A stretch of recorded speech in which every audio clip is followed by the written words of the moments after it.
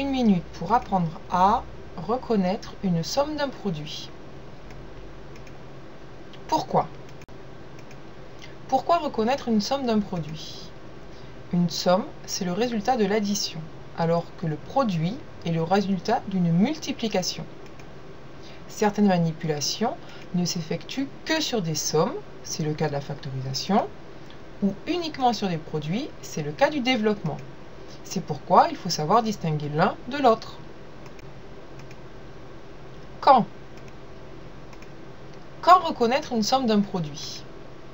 Une somme est le résultat de l'addition, alors que le produit est le résultat d'une multiplication. À chaque fois que l'on rencontre une expression, numérique ou littérale, c'est-à-dire avec des lettres, il faut bien identifier les opérations en jeu, l'ordre dans lequel il faut les effectuer, et donc déterminer si l'expression est une somme, un produit, une différence, résultat de la soustraction, ou un quotient, résultat de la division. Prêt? Sais-tu reconnaître une addition d'une multiplication? Si oui, tu es prêt à continuer. Sinon, retourne à l'école primaire. Dans 1 minute environ, tu pourras reconnaître une somme d'un produit. Comment? Comment reconnaître une somme d'un produit? Repérer d'abord les opérations de l'expression, puis les numéroter dans l'ordre d'exécution en utilisant les propriétés de priorité opératoire. Toujours les calculs entre parenthèses en premier, puis les puissances, les multiplications et les divisions, s'il y en a plusieurs dans l'ordre de lecture, et enfin les additions et les soustractions, s'il y en a plusieurs dans l'ordre de lecture.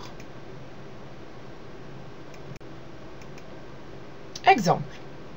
A est égal à 7 fois 3 moins, entre parenthèses, 4 plus 8 divisé par 2. D'abord, repérer les opérations de l'expression. Une multiplication, une soustraction, une addition, une division. Puis les numéroter dans l'ordre d'exécution en utilisant les propriétés de priorité opératoire, celles qu'on vient de rappeler. D'abord, les parenthèses. Donc je me place à l'intérieur de ma parenthèse. Et je continue. Les puissances, aucune puissance.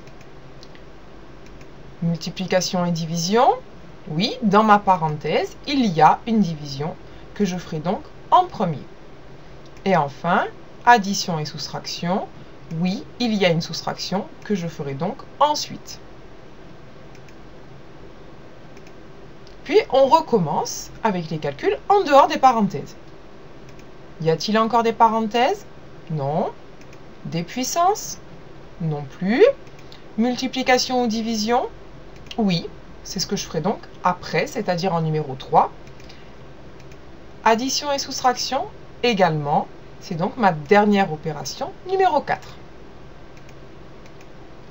La dernière opération que j'effectue, c'est l'addition, donc A, et le résultat de cette addition, c'est donc une somme.